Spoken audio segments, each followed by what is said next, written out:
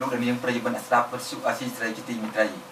នៅពេលនេះជាវេទិកាអ្នកស្ដាប់វិទ្យុអាស៊ីសេរីដែលផ្ដល់ឱកាសដល់គ្រប់គណៈបកនយោបាយដែលបានចូលរួមបោះឆ្នោតជ្រើសតាំងតំណាងរាស្ត្រនីតិកាលទី5នៃឆ្នាំ2013នេះបាទសម្រាប់ថ្ងៃសុក្រទី19ខែកក្កដាក្នុងកម្មវិធីផ្សាយពិសេសបន្ថែម1ម៉ោងទៀតរបស់វិទ្យុអាស៊ីសេរីគឺចាប់ពីម៉ោង6កន្លះដល់ម៉ោង7កន្លះនេះគឺតម្រូវទៅលើគណៈបកផ្មាយជុកក្រ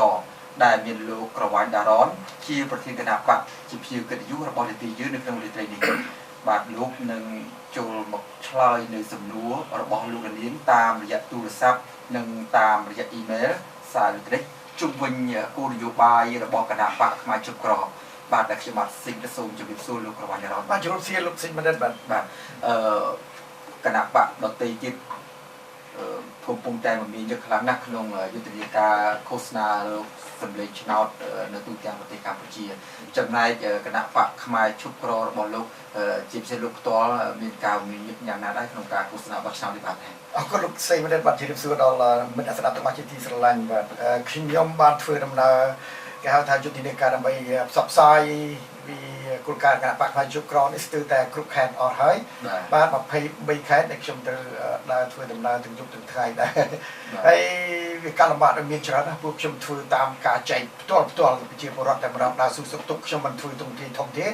ដោយសារតែការមានក្បួនដង្ហែជារថយន្តអីក៏គិតក៏អត់មានទេបាទអត់ទេពីព្រោះវាប៉ះពាល់ដល់ការធ្វើដំណើររបស់ប្រជាពលរដ្ឋច្រើនណាស់គណៈបកផ្មាយជុកក្រទាំងនៅទីក្រុងក្តីនៅតាមទីជនបទខេត្តក្តីមានការគម្រាមកំហែងទៅលើសកម្មជនរបស់លោកដែរទេបាទអូច្រើនណាស់បាទវាខ្ជិលនឹងធ្វើពាក្យបណ្ដឹងទៅវិញពីព្រោះច្រើនណាស់ដូចជានៅខាងខេត្តសៀមរាបគេបង្ខំឲ្យពួកអ្នកដឹកនាំខាងគណៈបកផ្មាយជុកក្រយើងនឹងឲ្យឈប់ទទួលការទទួលគ្រប់គ្រងគណៈបកផ្មាយជុកក្រឲ្យបើមិនចឹងទេគេថាអ្នកឯងមានជំរឿបើមិនចឹងទេគេនឹងបញ្ជូនទៅចូលក្នុងគុកអញ្ចឹងទៅអ្នកគ្រូខ្លះហ្នឹងគេបដិញឲ្យឈប់ធ្វើការតម្រង់ឲ្យក្តាប់ស្នាមអញ្ចឹងទៅបាទវាមានច្រើនណាស់វាឲ្យដកផ្លាដកស្អីលួចដកផ្លាគេហៅថាតាំងផ្លារូបសញ្ញាទាំងរូបថតទៅអីហ្នឹងពេញទីក្រុងភ្នំពេញនេះជាពិសេសឡើងយើងបោះរាប់លានឥឡូវអត់សល់អីទេខ្ទីអស់ហើយពីព្រោះមិនដឹងជាគណៈបកណាគេធ្វើឬក៏អស់លោកណាគេធ្វើនេះវាភាពចង្រៃនៅក្នុងសង្គមនឹងវាមានពេញទៅនឹងដែលមិនត្រូវគួរឲ្យមានទេនេះបាទដោយសារតែមានការគម្រាមកំហែងមានការបំផិតបំភ័យអញ្ចឹងតើវាធ្វើឲ្យអសកម្មដល់យុទ្ធនាការឃោសនារបស់គណៈបកផ្មាយជុកក្រយ៉ាងណាដែរទីបាទខាត់ពេលវេលាណាស់បាទខាត់ពេលវេលាណាវល់ទៅដើរនឹងគាត់ថាធ្វើពាក្យបណ្ដឹងប្រមាណនោះនៅក្នុងខេត្តព្រៃវែងព្រៃអីហ្នឹងវាវល់ទៅឡើងនឹងដើរបើកឡានមួយថ្ងៃពីរថ្ងៃអត់ប្រយោជន៍ទេដើរទៅទីបំផុតការដោះស្រាយហ្នឹងវាអត់មានទេគឺថាដោះស្រាយហ្នឹងវាតឹងតែងណាស់มันមានយុទ្ធធម៌អីទេបាទអានេះខ្ញុំมันមានសង្ឃឹមទៅលើការប្រដឹងផ្ដល់យ៉ាងម៉េចលោកចង់ធ្វើយ៉ាងម៉េចទៅចាញ់គេដែរបាទអរលោកនាងជាទីមេត្រីនៅពេលនេះលោកនាងកំពុងតាមដានស្ដាប់នីតិវិទ្យាអ្នកស្ដាប់វិទ្យុអាស៊ីសេរីដែលក្នុងវិទ្យានេះយើងមានភ្ញៀវកិត្តិយសរបស់យើងគឺលោកក្រវ៉ាញ់ដារ៉នដែលជាប្រធានគណៈបកផ្មាយជុកក្របាទខ្ញុំបាទសូមជម្រាបជូនលោកនាងជឿថាគោលដៅនៃកិច្ចពិភាក្សានៅក្នុងពេលនេះគឺចង់ផ្ដោតសំខាន់ទៅលើគោលនយោបាយដែលផ្ដោតទៅលើបញ្ហាកសិកម្មដីធ្លីសេដ្ឋកិច្ចបញ្ហាយុវជនសុខាភិបាលព្រមទាំងប្រព័ន្ធយុត្តិធម៌និងមានយុទ្ធសាស្ត្រសំខាន់ក្នុងការអនុវត្តនៅពេលដែលគណៈបកនោះឈ្នះឆ្នោតបាទមុននឹងចូលដល់កិច្ចពិភាក្សាស៊ីជម្រៅខ្ញុំបាទសូមជម្រាបជូនខ្លះអំពីគណៈបកផ្មាយជុកក្របាទគណៈបកផ្មាយជុកក្រត្រូវបានបង្កើតឡើងនៅឆ្នាំ2007ហើយ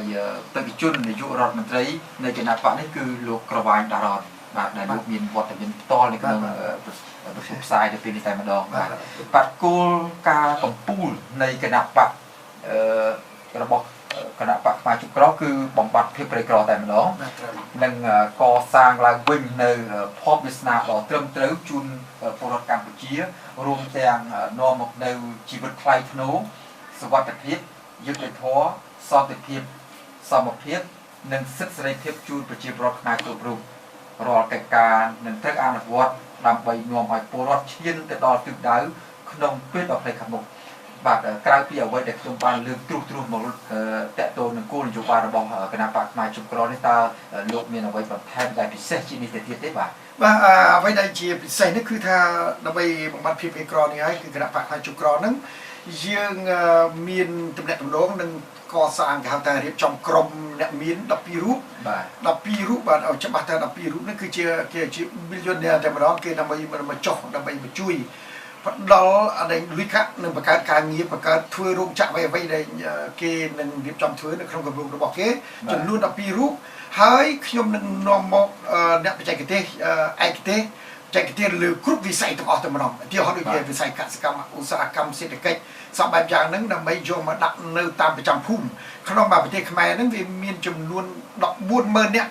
នឹងសិទ្ធិអ្នកបច្ចេកទេសហើយគឺជាអ្នកមានលុយទៀតផងដែរដូច្នេះខ្ញុំមិនសូវព្រួយបារម្ភពីរឿងក្នុងការដែលថាយើងសួររឿងយើងបានលុយពីណាមកគឺលុយពួកអ្នក billionaire 12រូបនឹងផងអ្នកដែលអ្នកឯកទេសបច្ចេកទេសហ្នឹង14,000នឹងផងដែរគេត្រូវមានបច្ចេកទេសផ្ដល់បច្ចេកទេសផ្ដល់លុយហើយលុយហ្នឹងគេមានន័យថាគេផ្ដល់លុយឲ្យកម្មករកសិករឬក៏សពបែបយ៉ាងហ្នឹងធ្វើការបង្កើតការងារហ្នឹងគេឲ្យលុយដោយគេមិនគេឲ្យខ្ចីតែគេមិនយកការទេអត់ទេព្រោះអាហ្នឹងហើយអញ្ចឹងហើយបាទជាខ្ញុំគិតថាដើម្បីបំបត្តិភាពអេក្រហ្នឹងគឺថាវារឿងសំខាន់ណាស់ជាពិសេសគឺកម្មករកសិករដែលជាពាក់លុយធនាគារតែជាពាក់នេះគឺមិនពីដូនតាណាមកទីអស់ដីអស់ផ្ទះអស់សម្បែងអស់ហើយគេថាបាក់ខ្វាយជុកក្រនឹងគេថាត្រូវពិនិត្យសម្បត្តិខ្ចីហ្នឹងជាពាក់លុយធនាគារទាំងអស់ច្បាស់លាស់រួចហើយបើខ្ញុំជានៅអង្គុយកៅអីនៅក្នុងរដ្ឋាភិបាលខ្ញុំត្រូវតែរកវិធីការដើម្បីសងលុយអស់ទាំងអស់ជំនួសអ្នកដែលជាពាក់ទាំងអស់មកប្រទេសខ្មែរនេះទាំងអស់គឺថាជួយទៅប៉ុន្តែមានលក្ខខណ្ឌជាពាក់តាំងពីដើមរហូតមកដល់ចប់ថ្ងៃ7ថ្ងៃ23ឆ្នាំ2013អាហ្នឹងដែលយើងត្រូវធ្វើហើយក៏យើងត្រូវ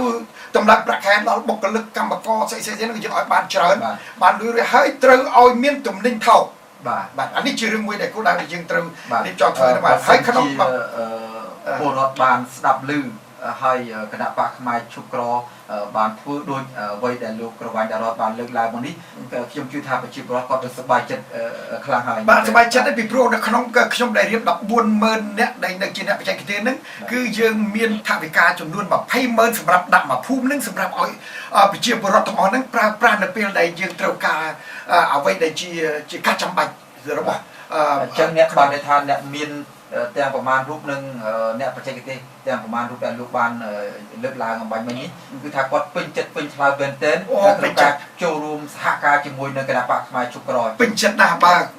ទអត់លោកនឹងថាបើសិនជាប្រធានបើសិនជាលោកក្រវ៉ាញ់តារ៉តហ្នឹងជាប់ឆ្លងគាត់នឹងមកឲ្យពីព្រោះបើនាយករដ្ឋមន្ត្រីអ្នកផ្សេងគាត់មិនរវល់ទេអាហ្នឹងឲ្យចប់ទំនឹងចប់បាទខ្ញុំចង់ផ្ដល់សំណួរមានចំណងខ្លះថាតើហេតុអ្វីបានជាលោកដាក់ឈ្មោះគណៈបករបស់លោកថាខ្មែរជុកក្រតើលោកមើលឃើញថាខ្មែរបច្ចុប្បន្ននេះពួកគាត់ស្ថិតនៅក្នុងបន្ទាត់ក្រីក្រក្នុងកម្រិតណាដែរបើយើងប្រៀបធៀបទៅនឹងចំនួនមុនឬមួយក៏ប្រៀបធៀបទៅនឹងប្រទេសជិតខាងបាទហើយតើលោកមានយុទ្ធសាស្ត្រអ្វីខ្លះដើម្បីជួយឲ្យពលរដ្ឋហ្នឹងងើបចេញពីភាពក្រីក្របានពិតប្រាកដហ្នឹងបាទដូចខ្ញុំបានជម្រាបខាងដើមហ្នឹងយុទ្ធវិធីហ្នឹងគឺខ្ញុំយក12រូបហ្នឹងមកឲ្យ14,000នាក់អ្នកបច្ចេកទេសឯកទេសហ្នឹងយកមកដើម្បីផ្ដល់លុយផ្ដល់ឯកទេសទៀតដើម្បីនាំឲ្យខ្មែរយើងហ្នឹងឲ្យបាត់ពីភាពក្រីក្រហ្នឹងដោយតាមរយៈគេហៅថាការពន្យល់ការរៀបចំបង្រៀនសពបែបយ៉ាងឲ្យយើងចេះធ្វើ business ដូចជាបង្កើតការងារតាមការផ្លូវសាធារណៈសម្រាប់ជនពិការផ្លូវសម្រាប់ពិការហ្នឹងហើយធ្វើអាជីវកម្មខ្នាតតូចដែលអត់មានការទេអាហ្នឹងគឺថាអត់មានយកការប្រាក់ទេបាទអាហ្នឹងយើងបញ្ជាក់ច្បាស់ឲ្យក្នុងភូមិ$20,000សម្រាប់ប្រចាំហ្នឹងហើយគឺថាយើងត្រូវធ្វើយ៉ាងម៉េចអ្វីដែលគាត់ជពាក់លុយគេទាំងប្រមាណហ្នឹងគឺថាយើងរដ្ឋាភិបាលនឹងពិនិត្យច្បាស់លាស់ហើយសងវិញអស់តម្រូវអត់ឲ្យមានអីតទៅទៀតទេហើយនឹងយើងត្រូវខ្ញុំលោកមានភាសាមិញថាហេតុអីបានជាដាក់ឈ្មោះគណៈបកខ្មែរជុកក្រនេះមានន័យថានៅក្នុងសង្គមខ្មែរយើងទាំងមូលនេះវាក្រទាំងសពក្រណាស់ក្រនឹងក្រយុទ្ធធម៌ប្រព័ន្ធនឹងគឺថាពុកលួយតាំងពីដើមនេះក្រការទប់ស្កាត់អំពើពុកលួយឆ្វេងបាត់គេមានអង្គភាពអំពើពុកលួយតែអាលួយនេះវាកាត់តែមានឡើងវាអត់មានគេមានន័យថារដ្ឋាភិបាលមានន័យថារដ្ឋាភិបាលមិនមានបច្ចេកទេសមិនមានបច្ចេកទេសមានការគ្រប់គ្រងល្អនឹងធ្វើឲ្យប្រទេសនឹងតែពុកលួយដែរឬក៏ខ្លួនឯងនឹងជាអ្នកបង្កើតឲ្យមានការពុកលួយនឹងដែរក្រនឹងផ្ដល់សិទ្ធិសេរីភាពដល់ប្រជាពលរដ្ឋក្រនឹងសេចក្តីសុបាយក្រនឹងគេហៅថាតុល្យភាពនៃអំណាចទាំង3 ហើយនឹងក្រនឹងសិទ្ធិសេរីភាពក្រនឹងការតម្លើងពង្រឹងភាពគេហៅគុណភាពរបស់មនុស្សនឹងគេហៅទុនធានមនុស្សហ្នឹងហើយនឹងក្រនឹងផ្ដល់ការផ្ដល់ប្រាក់ឧបត្ថម្ភដល់ចាស់ជរាជនពិការនឹងអ្នកតលក្រហើយនឹងផ្ដល់សេវាកម្មប្រព័ន្ធ Wi-Fi ហ្នឹងគឺ free ដល់ប្រជាពលរដ្ឋទៀតនឹងក្រក្នុងការផ្ដល់សិទ្ធិសេរីភាពក្នុងការទទួលព័ត៌មានជាដើមដូច្នេះអាក្រទាំងអស់ប្រមាណហ្នឹងអានឹងខ្ញុំមានច្រើនថែមទៀតប៉ុន្តែគាត់ជាទូទៅពេលវេលាខ្លីខ្ញុំអាក្រទាំងប្រមាណនេះគឺតែជំនុំមកឲ្យឈប់ក្រតែម្ដងបានជាឈ្មោះការបង្កើតប្រព័ន្ធអ៊ីនធឺណិត Wi-Fi ជាដើមនៅតាមគ្រប់ទីជនបទទាំងអស់ហ្នឹងតើលោកមាននយោបាយយុទ្ធសាស្ត្របង្កើតយ៉ាងម៉េចបើសិនជានៅប្រទេសក្រីក្រនៅតាមជនបទក្រីក្រមួយចំនួននៅក្នុងប្រទេសកម្ពុជាអត់ទាំងទាន់មានភ្លើងប្រើផងបាទហើយប្រជាពលរដ្ឋមួយចំនួនភាគច្រើននៅក្នុងតាមទីជនបទគាត់ប្រើទូរស័ព្ទវាសាមញ្ញទៅគាត់ថាគាត់នៅប្រើទូរស័ព្ទឥតជិត7ឡើយតើលោកបង្កើត Wi-Fi នឹងប្រើយ៉ាងម៉េចដើម្បីឲ្យពួកគាត់បានប្រើប្រាស់ឲ្យគាត់មានទូរស័ព្ទប្រភេទ 3G ប្រើដើម្បីប្រើអ៊ីនធឺណិតប្រើ Wi-Fi បានអានោះសំខាន់ណាស់លោកព្រោះជាពិសេសរឿងភ្លើងណារឿងភ្លើងរួចទូរស័ព្ទមានន័យថាគេអ្នកមាននឹងគឺគាត់មានកម្មវិធីសម្រាប់ផ្ដល់ឲ្យ Wi-Fi នឹងវា free ទាំងអស់ហើយនឹង telephone ហៅphone smartphone ហ្នឹងបាទ smartphone ហ្នឹងដើម្បីឲ្យប្រជាពលរដ្ឋមកហើយអ្នកបច្ចេកទេសនឹងបង្រៀនឲ្យគាត់ចេះប្រើទូរស័ព្ទនឹងទៀតហើយនឹងលោកទិញទូរស័ព្ទប្រភេទ 3G ជូនឧបត្ថម្ភនៅចំពោះតែជនអ្នកក្រទៀតបាទអានេះគឺជនក្រប៉ុន្តែ Wi-Fi ឲ្យមនុស្សទូទៅប៉ុន្តែបើ phone គឺថាត្រូវតែ smartphone ហ្នឹងគឺត្រូវតែផ្ដល់ហើយផ្ដល់បច្ចេកទេសបង្រៀនគាត់ទាំងភាសាអង់គ្លេសទាំងភាសាហ្នឹងបើកថ្នាក់នៅតាមភូមិឲ្យគាត់យល់ឲ្យគាត់បានដឹងពីរបៀបប្រើនឹងទៅទៀតបាទហើយនឹងមួយទៀតគឺថាអគ្គិសនីយើងត្រូវពួកក្រុមអ្នកបច្ចេកទេសនេះគាត់ចេះធ្វើគេហៅមជ្ឈមណ្ឌល solar system មានន័យថាគេធ្វើមណ្ឌលអគ្គិសនីតាមរបៀបពលឺថ្ងៃអាហ្នឹងយើងធ្វើតែខ្ញុំជាពិសេសនៅរដ្ឋខ្ញុំនេះមានកោះមួយគេឯងគេសេរីខ្លួនគេត្រូវធ្វើមជ្ឈមណ្ឌល solar ប្រព័ន្ធអគ្គិសនីនឹងតាមរយៈប្រព័ន្ធព្រះអាទិត្យហ្នឹងគឺថា free គាត់តែយើងរៀបចំជួលគេធ្វើឲ្យថ្លៃតភ្លើងតអីនេះឯងនៅក្នុងភូមិយើងមានហើយយើងមានលុយជាង$20,000សម្រាប់មានពេលគេហៅថាប្រើនៅពេល emergency អីចឹងជាដើមដូចជាសម្រាប់អ្នកមានផ្ទៃពោះគាត់ឈឺអីចឹងសពបែបយ៉ាងហើយឬក៏យើងបង្កើត clinic សម្រាប់មកដល់គិតពីរឿងសុខភាពមនុស្សហើយនឹងស្ត្រីដែលមានគភមានផ្ទៃពោះអានឹងជារឿងសំខាន់ណាស់ដែលសម្រាប់យើងត្រូវពីព្រោះខ្មែរយើងនៅជាប់លេខអាក្រក់ជាងគេខាងផ្នែកមានផ្ទៃពោះដែលស្លាប់ក្នុងមួយថ្ងៃ5នាក់អញ្ចឹងខ្ញុំត្រូវតែរកវិធីដោះស្រាយជួយក្នុងនឹងដែរបាទជួយបាទសូមអរគុណលោកក្រវ៉ាញ់តាបើតាមរបាយការណ៍របស់អង្គការសង្គមស៊ីវិលគេបានរកឃើញថាប្រទេសកម្ពុជាប្រមាណជា 80% លោកជាកសិករហើយរបររកស៊ីរបស់គាត់នឹងពឹងផ្អែកស្ទើរតែទាំងស្រុងទៅលើការធ្វើស្រែចម្ការតាមការផ្សងព្រេងដោយ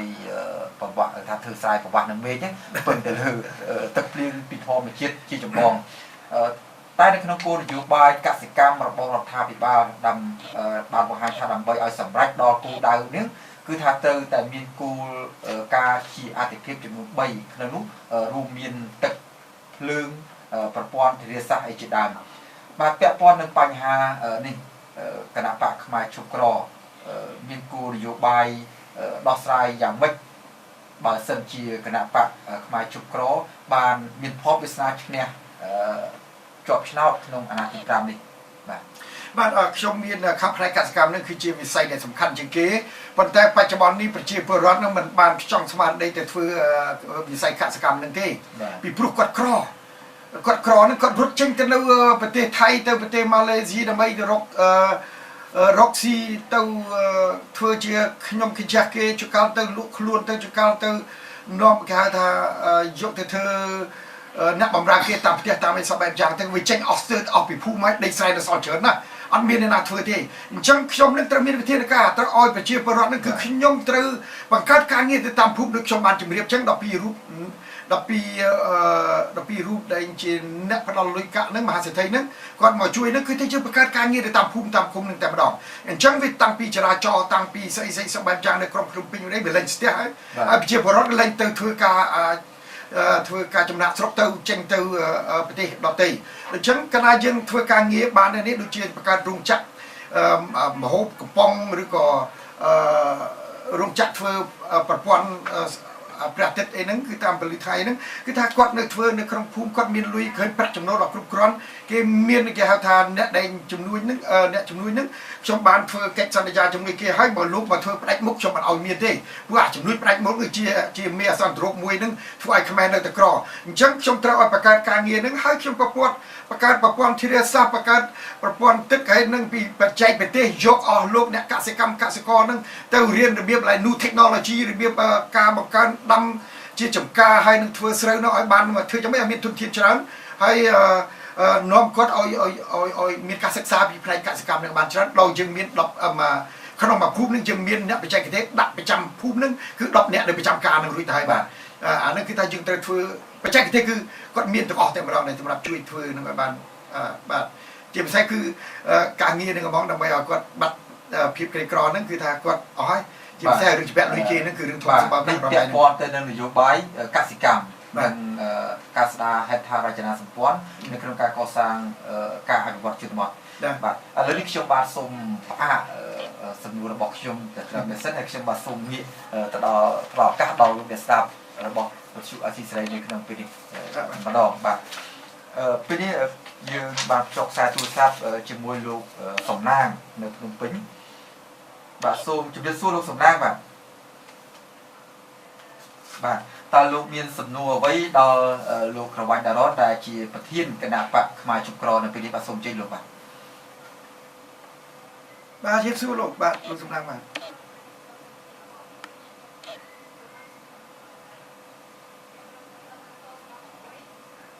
បាទ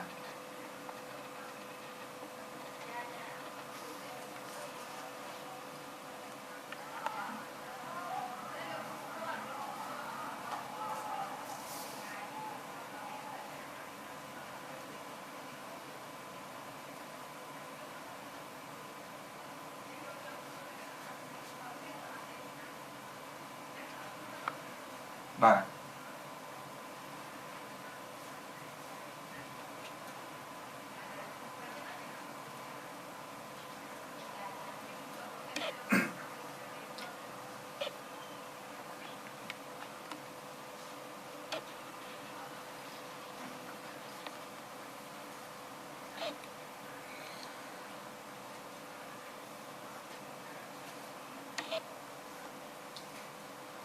បាទ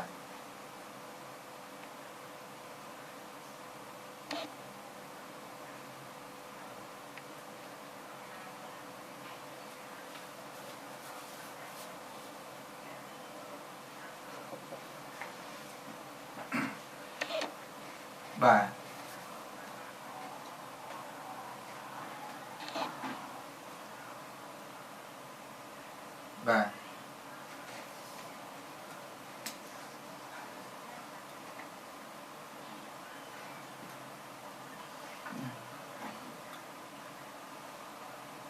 បាទ